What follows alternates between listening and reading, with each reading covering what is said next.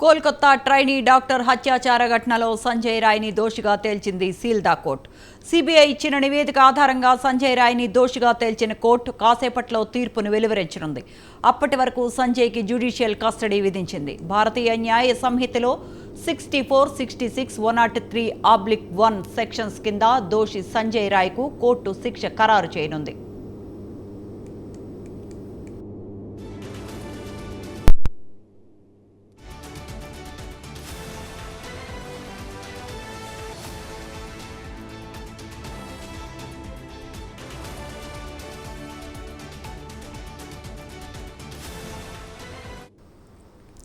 దేశవ్యాప్తంగా సంచలనం సృష్టించిన ఈ కేసులో ముద్దాయికి ఎంతకాలం శిక్ష విధించబోయేది కాసేపట్లో ప్రకటించనున్నట్లు కోల్కతాలోని సీల్దా కోర్టు న్యాయమూర్తి అనిర్బన్ దాస్ తెలిపారు.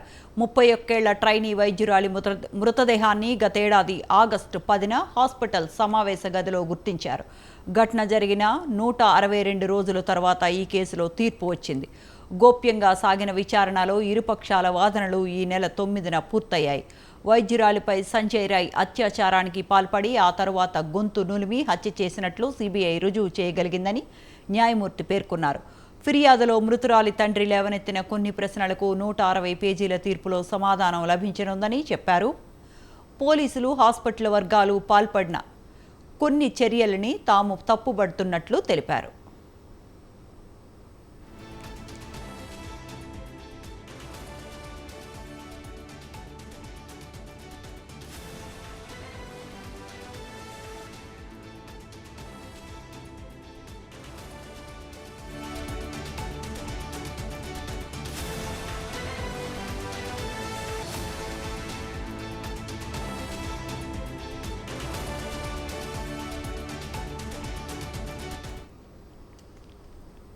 తీర్పునకు ముందు కోర్టులో సంజయ్ రాయ్ సంచలన వ్యాఖ్యలు చేశారు.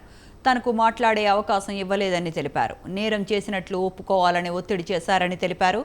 బలవంతంగా పేపర్లపై సంతకాలు చేయించుకున్నారని చెప్పారు.